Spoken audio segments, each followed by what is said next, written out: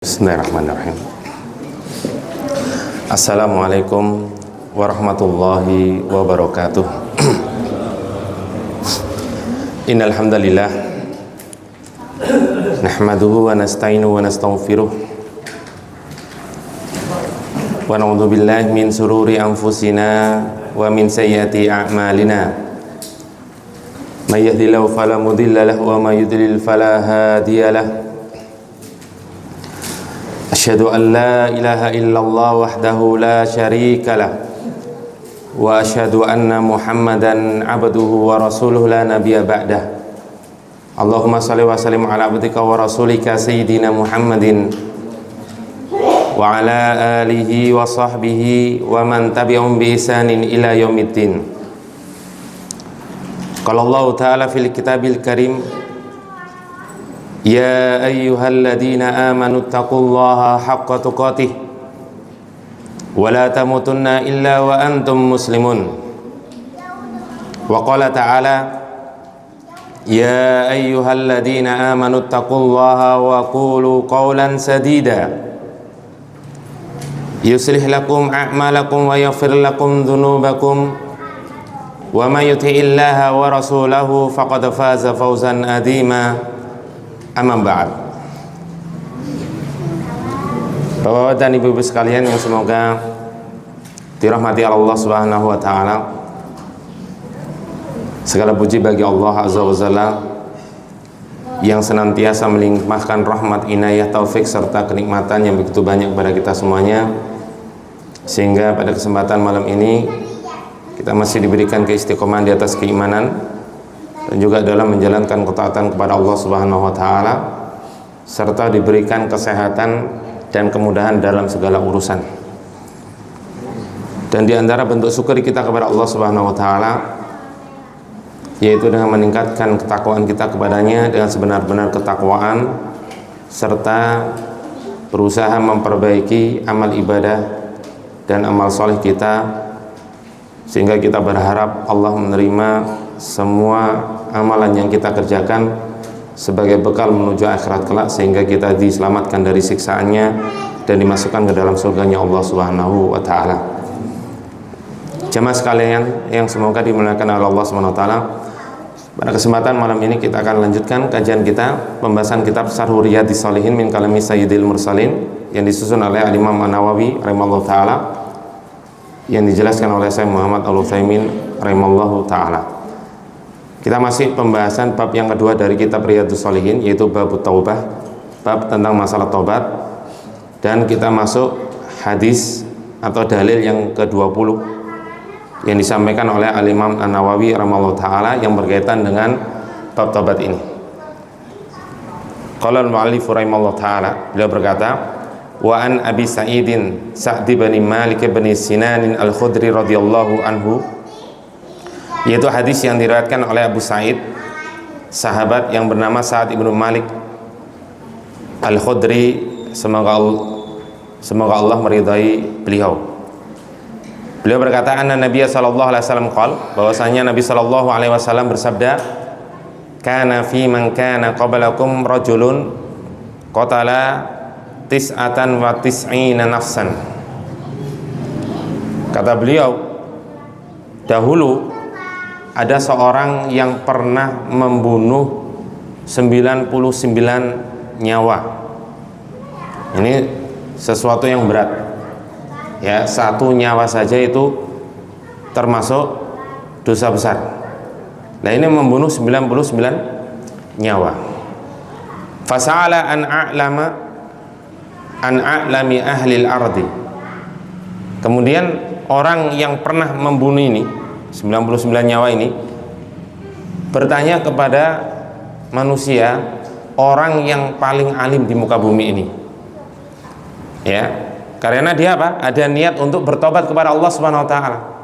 Bagaimana cara menggugurkan dosanya, diampuni oleh Allah Subhanahu wa taala, ada keinginan kebaikan. Ya, karena mungkin dia merasakan apa? Ya, dia mengakui bahwasanya itu perbuatan dosa. Kemudian fadulla ala rahibin, kemudian ditunjukkan kepada rahib. ya ahli ibadah. Rahib ini ya zaman dahulu ini istilah bagi ahli ibadah. Fa'atahu, kemudian dia mendatanginya. Ini menunjukkan kesungguhan untuk apa? Berubah kepada kebaikan. Ya, ini juga apa? Memberikan faedah kepada kita untuk tidak menunda-nunda berbuat kebaikan, terutama untuk apa?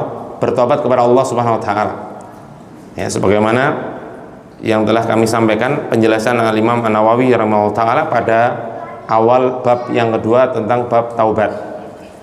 Ya, bahwasanya bertobat itu hukumnya apa? Wajib. Ya, hendaknya tidak menunda-nunda bertobat kepada Allah Subhanahu wa taala.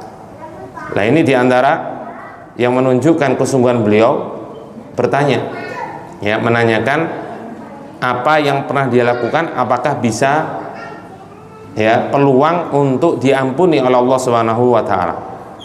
Ya, kemudian dia mendatangi sesuai dengan yang diberikan petunjuk oleh orang-orang. Faqala innahu qatala tis'an wa tis'ina nafsan fahallau min taubatin.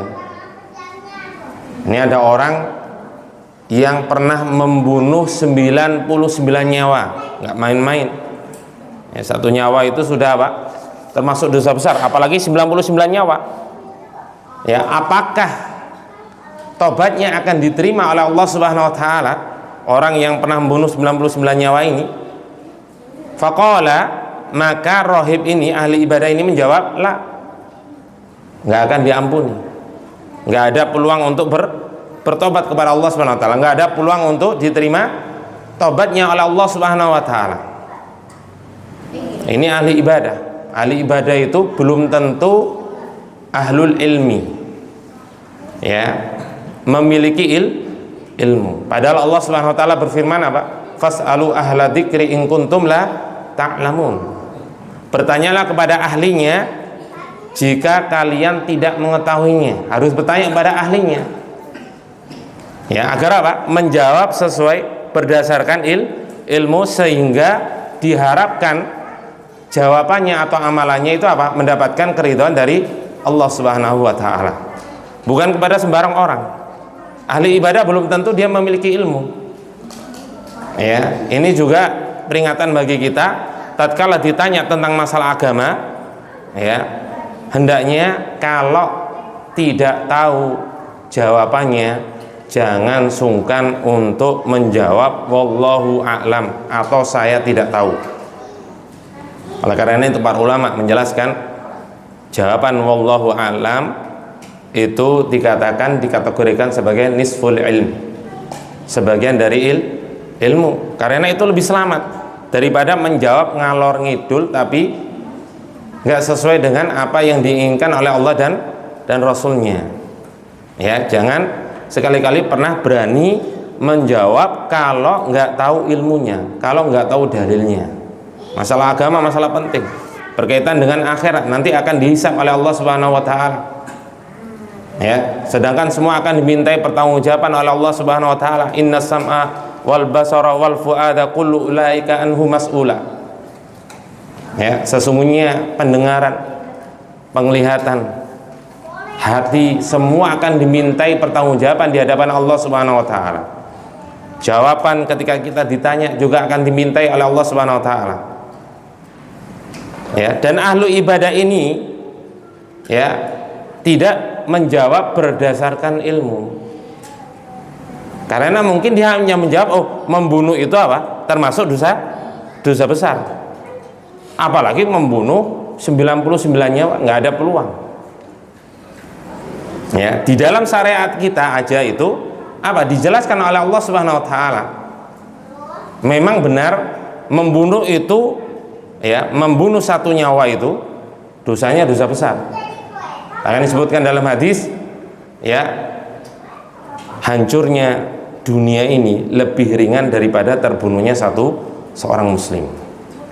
Ya, daripada terbunuhnya seorang muslim. Oleh karena itu dalam masalah nyawa itu jangan bermudah-mudahan. Ya, kalau kita bersengketa dengan orang lain jangan bermudah-mudahan. Kalau ada misalkan maling ayam, jangan bermudah-mudahan sampai dibunuh, ya, karena yang membunuh nanti apa? Dapat dosa besar. Bahkan disebutkan ancamannya dalam surat An-Nisa ayat 93, Allah Subhanahu wa taala berfirman, ya, ancaman bagi yang membunuh seorang mukmin, wa man yaqtul mu'minan muta'ammidan, dan barang siapa yang membunuh seorang mukmin dengan sengaja. Ini dengan sengaja, ya, karena beda nanti kalau nggak sengaja, misalkan main senapan atau panah-panahan, ya, mau memanah hewan buruan atau burung misalkan, ternyata di pohon ada orang terkena panah kemudian jatuh meninggal dunia. Ini secara syar'i sebetulnya nggak sengaja. Ini kalau dihukum syar'i, kalau ditegakkan kisos, dia nggak dikisos karena tidak disengaja, tapi bayar dia, bayar denda. Ya, dendanya itu satu nyawa itu kurang lebih 100 onta. Kalau ontanya ya 30-50 juta, tinggal dikalikan. Tetap harus bayar karena dia telah membunuh satu orang mukmin. Tapi kalau membunuh dengan sengaja, apa kata Allah Subhanahu wa taala? Fajaza'uhu jahannamu khalidan fiha. Maka balasannya neraka jahanam, kekal di dalamnya. Wa ghadiballahu alaihi. Tidak hanya diancam, ya, masuk ke dalam api neraka jahanam, tapi juga ancaman yang kedua apa? Ghadiballahu alaihi, Allah murka kepadanya. Nih, dua ancaman, dua balasan. Gak hanya dua balasan, apa kata Allah selanjutnya? Wala'anahu, Allah akan melaknat dirinya. Laknat dari Allah itu bermakna dijauhkan dari rahmat, dijauhkan dari taufiknya. Ya, gak hanya berhenti tiga, disebutkan lagi ancaman yang terakhir, wa'addalahu adaban alima. Disebutkan yang awal, disebutkan ancaman masuk neraka jahanam, kemudian yang terakhir diakhiri apa? Allah akan menyiapkan baginya azab yang pedih. Waliyadzubillah. Jadi jangan bermudah-mudahan. Ya, bagi yang mungkin ada yang suka tawuran, ya, hendaknya anak-anak kita dijaga, dinasihatin. Apalagi sampai terjadi pembunuhan. Ya. Dunia hancur aja kata Nabi SAW, lebih ringan perkaranya daripada terbunuhnya seorang muslim. Ya. Sampai 4 ancaman yang disebutkan dalam surat An-Nisa. Makanya ahli ibadah ini tatkala, atau mungkin diantara kita kaum muslimin, ketika ditanya, wah ini dosa besar, kayaknya nggak ada. Kalau dia tidak memiliki ilmu, dia akan menjawab apa? Kayaknya nggak diampuni nih. Ya, apalagi apa? Dalam ayat ini, fajaza'uhu jahannam khalidan fiha. Balasannya adalah neraka jahanam, kekal di dalamnya. Sehingga nanti salah tafsir, salah memahami, kekal ini. Satu orang mukmin aja bisa kekal di dalam api neraka. Ya. Nah ini, kalau dia tidak merujuk pada tafsir para ulama, ya dia akan salah memahami. Ya. Di dalam syariat Islam, ya, kalau itu berupa dosa besar, itu dijelaskan dalam ayat yang lain, di antaranya dalam surat An-Nisa ayat 48, Allah Subhanahu wa taala berfirman, innallaha la yaghfiru ay yushraka bihi wa yaghfiru ma duna dzalika liman yasha. Sesungguhnya Allah tidak akan mengampuni dosa kesyirikan. Kalau orang berbuat dosa kesyirikan, tidak akan diampuni. Ini pun kalau tanpa penjelasan para ulama nanti salah paham. Kalau dia terjatuh ke dalam syirkun akbar, ya, tapi kemudian dia bertobat kepada Allah Subhanahu wa taala, itu tetap akan diampuni oleh Allah Subhanahu wa taala. Ya. Yang dimaksud ayat ini, tatkala seorang yang terjatuh ke dalam syirkun akbar, kemudian dia tidak bertobat sampai meninggal dunia, mati dalam keadaan kesyirikan, ya, maka dia tidak akan diampuni, kekal di dalam api neraka, waliyadzubillah. Tapi apa kata Allah Subhanahu wa taala dalam kalimat berikutnya? Wa yaghfiru ma duna dzalika. Allah akan mengampuni dosa di bawah kesyirikan. Para ulama menjelaskan dosa di bawah kesyirikan termasuk diantaranya dosa-dosa besar. Karena umum ini ayatnya.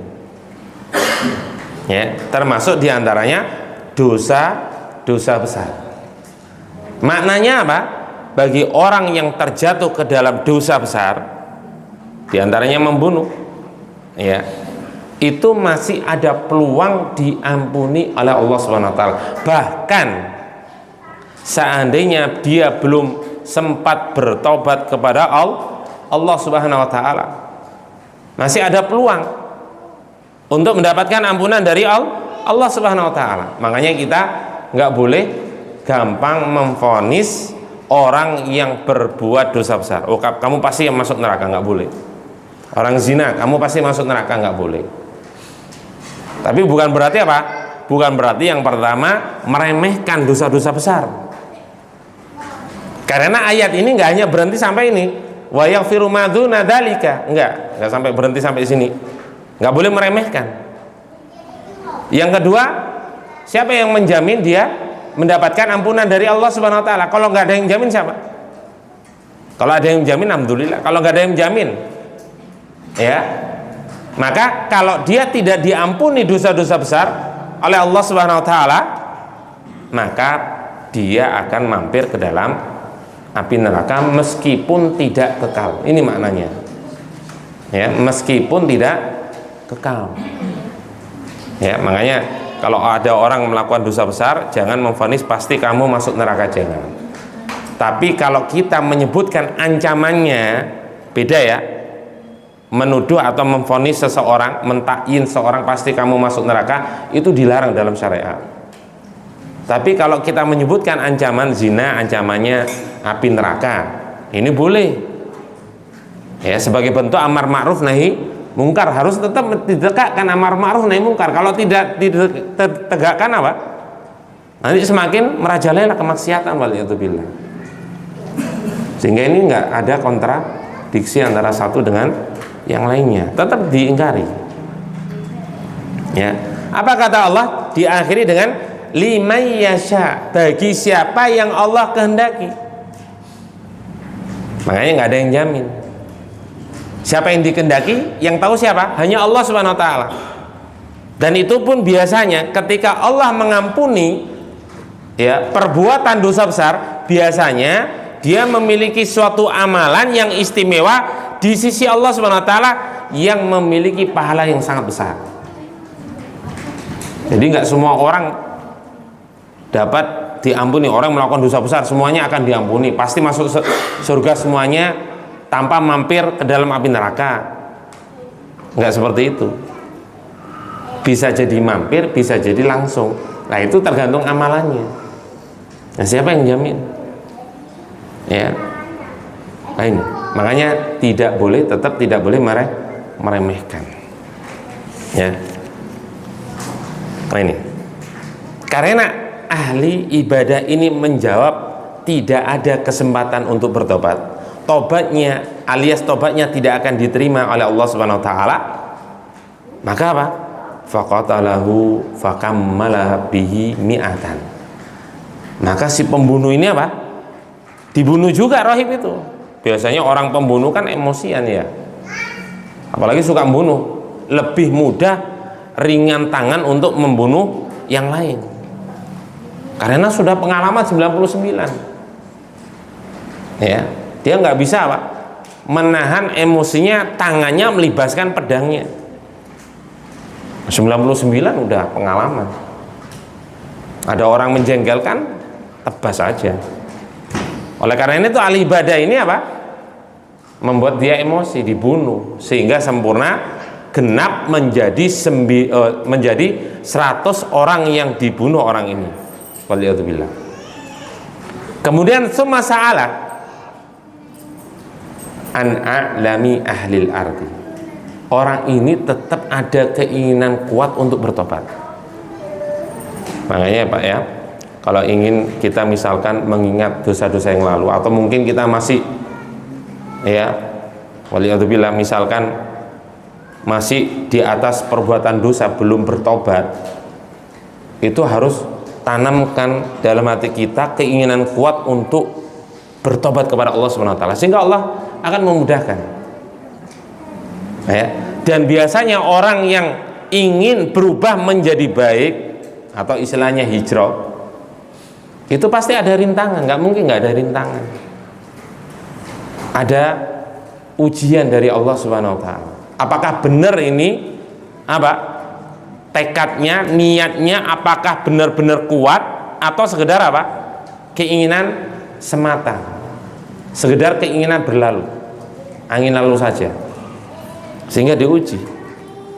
Nah, ternyata orang ini ingin menunjukkan apa? Kesungguhan untuk betul-betul berubah, tapi belum dapat jalannya, sehingga dia tetap bertanya pada ahlinya.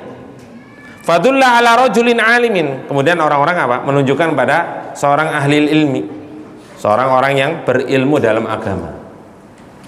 Faqala, kemudian orang ini mendatangi apa? Orang yang berilmu ini, seorang ulama. Innahu qatala mi'ata nafsin fahallahu min taubatin. Sesungguhnya ya dia telah membunuh genap 100 orang. Apakah masih ada peluang diterima taubatnya oleh Allah Subhanahu wa taala? Faqala na'am. Maka ulama ini apa? Menjawab, iya, masih ada peluang. Apa penjelasannya? Wa man yahulu bainahu wa bainat taubah. Siapa yang akan menghalangi orang yang hendak bertobat kepada Allah Subhanahu wa taala? Orang yang ingin bertobat. Ya, Allah buka pintu lebar-lebar, pintu tobat. Dan sudah kita jelaskan di awal bab tobat. Ya, di antara syarat selain 3 syarat itu dijelaskan oleh Syekh Al-Utsaimin rahimallahu taala, ya, selain ikhlas, tambahannya yang kedua itu apa? Selama pintu taubat belum ditutup. Ya, selama pintu taubat belum ditutup. Kapan pintu taubat itu ditutup? Yang pertama, ketika nyawa sampai kerongkongan. Nyawa manusia ketika dicabut oleh malaikat maut belum sampai kerongkongan. Kalau sudah sampai ke kerongkongan, meskipun dia taubat, meskipun dia nangis, jungkir balik, ya nggak akan diterima oleh Allah Subhanahu wa taala. Kecuali dosa besar, ya, dalam syariat kita dosa besar masih ada kesempatan, tergantung amalannya. Taib. Kemudian yang kedua, pintu taubat akan ditutup. Nah, kalau ini benar-benar ditutup, ya, yaitu ketika matahari terbit dari arah barat, tanda-tanda hari kiamat. Itu sudah betul-betul ditutup oleh Allah Subhanahu wa taala. Kemudian apa? Ulama ini menasihatkan orang yang bertobat itu, intolik ila ardi kada wa kada. Kamu pergilah ke negeri ini dan itu. Negeri tauhid. Negeri tempat orang-orang soleh. Fa inna biha unasan ya'budunallah ta'ala. Karena sesungguhnya di negeri tersebut masyarakatnya itu menyembah Allah Subhanahu wa taala. Orang-orang di dalamnya adalah orang-orang, banyak orang-orang yang soleh, orang-orang yang baik. Ini lingkungan mempengaruhi agama seorang hamba. Ya. Ini kisah orang terdahulu. Nabi SAW mengisahkan orang terdahulu. Sejak zaman dahulu sampai umatnya Rasulullah SAW, ya, bahwasanya lingkungan itu mempengaruhi agama seorang hamba. Sebagaimana sabda Nabi SAW, ya, almar'u ala dini khalili. Agama seorang itu tergantung agama teman dekatnya. Ya, maksudnya lingkungan secara umum. Ya. Falyandur ahadukum man yukhalil. Oleh karena itu hendaklah salah seorang di antara kalian melihat siapa yang hendak dijadikan teman dekatnya. Jadi memang harus pilih-pilih. Ya, teman dekat. Kalau muamalah dengan siapapun boleh, silakan. Ya, oleh karena itu ulama ini memberikan petunjuk hendaklah hijrah. Ya, berpindah ke suatu negeri yang di dalamnya orang-orangnya beribadah kepada Allah Subhanahu wa taala, fa'budillaha ma'ahum, sembahlah Allah bersama mereka. Ya. Nah ini. Karena tatkala suatu negeri bermaksiat, terutama ya di dalamnya banyak dilakukan kesyirikan, itu bisa jadi akan turun murka Allah Subhanahu wa taala, turun azab Allah Subhanahu wa taala. Oleh karena itu tatkala Umar bin Khattab radhiyallahu an, ya, beliau waktu itu sebagai khalifah tinggal di kota Madinah, tatkala terjadi gempa bumi, beliau ngomong pada masyarakat kaum muslimin, ya, bertobatlah kalian kepada Allah. Ya, ini tanda gempa bumi ini kalian melakukan apa? Perbuatan dosa. Jika kalian tidak bertobat kepada Allah, maka aku akan pindah dari sini. Karena bisa jadi nanti Allah akan menurunkan bala yang lebih besar.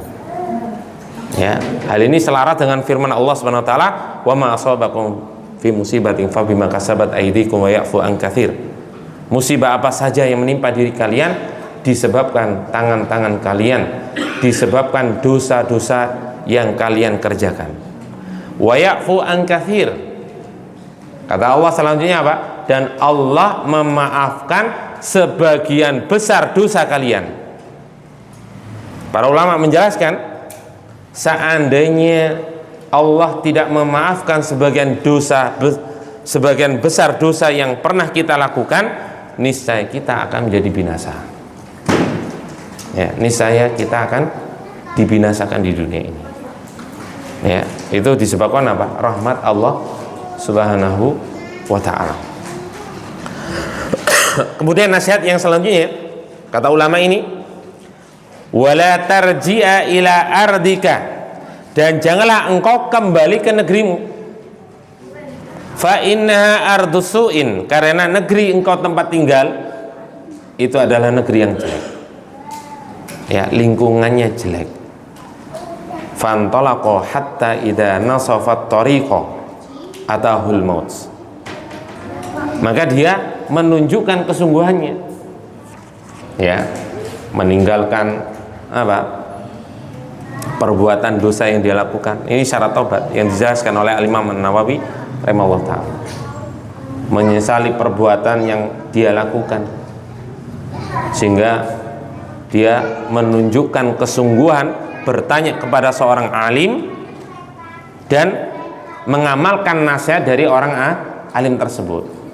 Betul-betul menuju ke negeri orang-orang soleh, orang-orang yang beribadah kepada Allah Subhanahu wa ta'ala. Ya, kemudian bertekad kuat untuk tidak mengulangi perbuatannya, sehingga dia meninggalkan negeri. Ulama ini paham dia tinggal di negeri yang jelek. Kalau dia bertobat tinggal di negeri yang jelek, susah untuk berubah, Pak. Lingkungan itu membentuk sekali. Makanya ada seorang pasangan suami istri datang ke rumah saya untuk minta nasihat, ya, untuk menyelesaikan rumah tangganya mau hancur. Ya, istrinya menyampaikan bahwasanya suaminya disebabkan suaminya nggak sholat. Ini sebenarnya istri yang baik, nggak sholat, mabuk-mabukan, main judi. Ya, saya tanya, katanya sudah tobat tapi dilakukan lagi, tobat, ngomong tobat dilakukan lagi. Makanya istrinya udah nggak kuat, mau cerai untuk menyelamatkan apa? Agamanya dan putranya. Saya sampaikan ke suaminya, bapak nggak kasihan sama anaknya, masih kecil, lucu, ya, coba lihat anaknya, udah nggak usah lihat istrinya, lihat anaknya aja, darah daging bapak sendiri, nggak kasihan. Apakah bapak ingin anaknya melakukan hal yang sama dengan bapak? Enggak ingin, Ustaz. Ya, harus tobat. Di antara bentuk tobat meninggalkan dosa, ya, yang dia bertobat darinya. Di antara bentuk meninggalkan, tidak hanya meninggalkan judi, tidak hanya meninggalkan mabuk-mabukan, tapi juga meninggalkan lingkungan teman-teman yang jelek. Karena nggak bisa, kalau dia bertobat tetap berteman seperti itu. Buktinya cerita dari istrinya, dulu pernah ngomong tobat Ustaz, itu hanya berlangsung sebentar, nggak lama dihubungi sama temannya. Akhirnya saya ngomong lah, di antara ya agar tobatnya dimudahkan oleh Allah SWT, ganti nomor. Nah, ternyata ini suami istri ini satu perusahaan. Ibu ngomong ya, sampaikan ke atasan, suruh suaminya itu pindah bagian, jangan berkumpul dengan orang-orang yang jelek. Biar apa? Agar dimudahkan dia betul-betul bertobat kepada Allah SWT dengan sungguh-sungguh. Karena sudah terbukti, kata istrinya itu apa? Dia udah berulang-ulang mengulangi perbuatan yang sama. Ya, udah pernah baik Ustaz. Ya, ternyata dihubungi temannya.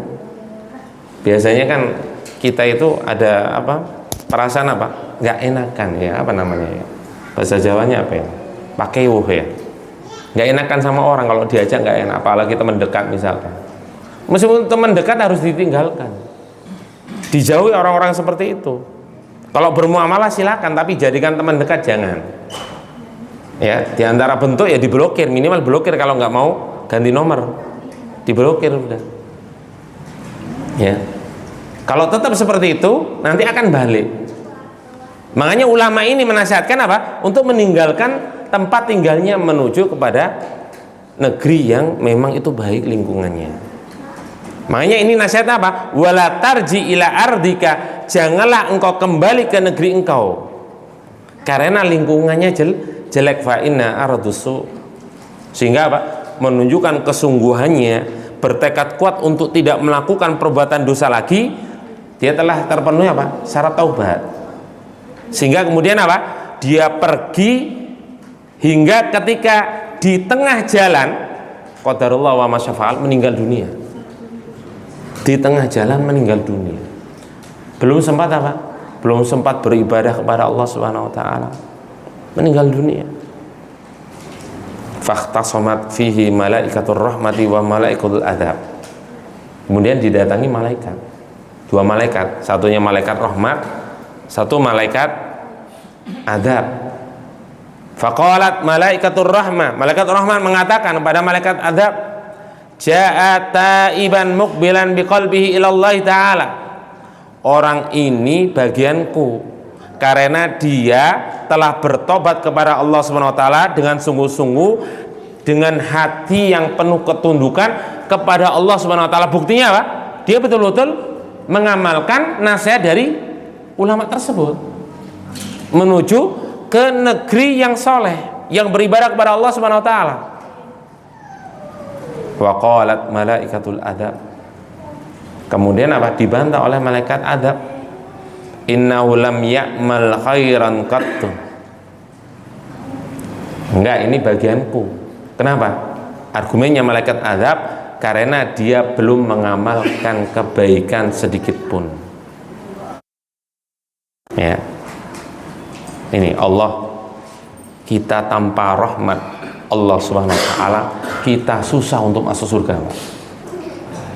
Makanya kita nggak boleh sombong bahwasanya saya amalannya banyak. Nggak boleh sombong. Apa yang kita sombongkan? Bagaimana kita dibandingkan amalan Rasulullah SAW? Ya, beliau saja menjelaskan bahwasanya seorang masuk surga itu, ya, sebab yang paling dominan disebabkan rahmat Allah SWT, bukan karena amal. Ini bukan berarti menafikan amalan seorang hamba, enggak. Tetap karena amal. Ya, agar kita masuk surga, ya sholat 5 waktu, ya, menjalankan kewajiban kita sebagai seorang hamba, tetap jalankan. Tapi kalau hanya mengandalkan amalan yang kita lakukan, nggak akan cukup, Pak. Nggak akan cukup. Ya, surga itu dibandingkan dunia nggak ada apa-apanya. Dunia itu di hadapan Allah SWT dijelaskan oleh Nabi SAW, ya, dunia itu lebih hina daripada bangkai kambing, Pak. Lebih hina di hadapan Allah SWT. Nggak ada apa-apanya dengan surganya Allah SWT. Orang terkaya pun nggak akan mampu beli surga itu, nggak akan mampu. Nah, ya. Bahkan sahabat itu bertanya kepada Rasulullah SAW, apakah engkau juga demikian, wahai Rasulullah? Engkau dimasukkan oleh Allah SWT ke dalam surganya disebabkan rahmat Allah SWT? Iya. Ini amalan Rasulullah SAW. Beliau mengakui bahwasanya beliau dimasukkan di dalam surganya Allah SWT, yang sebab paling dominan adalah karena rahmat Allah SWT. Oleh karena itu hendaknya kita perbanyak minta rahmat Allah SWT. Dalam doa duduk di antara dua sujud itu ada doa rahmat. Tidak hanya Rabbi firli, tidak hanya Rabbi firli, tapi Rabbi firli warhamni. Mendoakan kedua orang tua itu selain minta ampunan juga minta rahmat. Doa yang diajarkan oleh Nabi SAW. Allahumma inni dhalamtu nafsi dzulman katsiran la yaghfiru dzunuba illa anta faghfirli maghfiratan min indika warhamni rahmatilah aku. Jadi diiringi dengan rahmat, perbanyak rahmat. Selain perbanyak memohon ampun kepada Allah SWT, perbanyaklah minta rahmat. Ya, mungkin kita amalannya sedikit, Pak.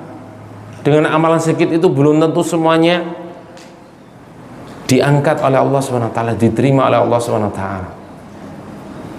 Tapi kita meminta rahmatnya Allah SWT, belas kasihan Allah SWT. Kita tidak mampu mengamalkan sebagaimana diamalkan oleh Rasulullah SAW. Tapi kita meminta rahmat Allah SWT agar dimasukkan ke dalam surganya Allah SWT. Ini menunjukkan jangan sombong, nggak boleh sombong.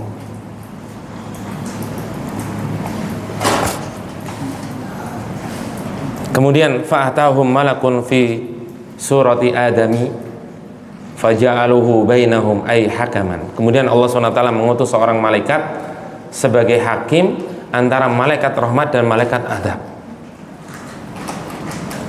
Faqala, maka malaikat ini berkata kepada kedua malaikat itu, kisu ma bainal ardaini fa ila ayyatihima kana adana fa huwa lahu. Tak, lanjutkan Pak ya, tinggal dikit. Malaikat ini apa? Memerintahkan dua malaikat ini, hitunglah jarak antara orang yang bertobat ini di tempat dia meninggal dunia dengan negeri yang jelek, dan juga jarak dia meninggal dunia ke negeri yang apa? Bagus, yang soleh. Suruh diukur mana yang lebih dekat, maka itu milik hak. Kalau lebih dekat pada negeri yang jelek, ya milik itu akan diambil apa? Malaikat adab. Kalau lebih dekat ke negeri yang soleh, itu miliknya malaikat rahmat. Faqasu fawajaduhu adana ilal aradil lati arada. Tatkala dihitung ternyata apa? Lebih dekat ke negeri yang soleh. Ya, bahkan dalam riwayat lain ini juga disebutkan oleh Imam Nawawi, riwayat ini, ya, itu selisihnya hanya 1 sibron. Sibron itu sejengkal, Pak. Selisihnya itu hanya sejengkal. Ini disebabkan rahmat Allah Subhanahu wa taala. Ini mayat ini yang bertobat kepada Allah Subhanahu wa taala, yang belum melakukan kebaikan sedikit pun, miliknya malaikat rahmat. Sehingga Allah mengampuni dosa-dosanya semuanya. Padahal telah melakukan dosa besar 100 nyawa yang dia telah melakukannya. Ya, dengan tobat yang sungguh-sungguh, dia mendapatkan rahmat dan ampunan Allah Subhanahu wa taala. Oleh karena itu perbanyaklah meminta rahmat Allah Subhanahu wa taala, dan faedah yang paling kita tekankan, jangan sekali-kali menunda-nunda untuk berbuat baik, terutama untuk bertobat kepada Allah Subhanahu wa taala. Tatkala kita sadar, tatkala kita ingat kita pernah melakukan dosa besar, segera bertobat kepada Allah Subhanahu wa taala. Jangan nunda-nunda. Karena ajal nggak ada yang tahu ini. Di antara kisah ini nggak ada yang tahu, tapi dia ada kesungguhan sehingga Allah memudahkan jalannya untuk bertobat kepada Allah Subhanahu wa taala, dimudahkan oleh Allah Subhanahu wa taala. Ya. Ini balasan bagi orang apa? Yang tidak menunda-nunda untuk bertobat kepada Allah Subhanahu wa taala. Wallahu a'lam bishawab. Mungkin ini yang dapat kami sampaikan, mudah-mudahan bermanfaat, dan insyaallah kita akan lanjutkan pada pertemuan yang akan datang, dan semoga Allah SWT senantiasa memberikan taufik kepada kita semuanya dan juga memberikan rahmat kepada kita semuanya untuk senantiasa dimudahkan untuk mengamalkan ilmu yang sudah kita pelajari dan juga diterima amal soleh kita. Amin ya mujibas sailin. Wassallallahu ala nabiyina Muhammad wa ala alihi washabbihi wasallam tasliman katsira wa akhiru da'wana alhamdulillahi rabbil alamin. Subhanakallahumma wa bihamdika asyhadu an la ilaha illa anta astaghfiruka wa atubu ilaik.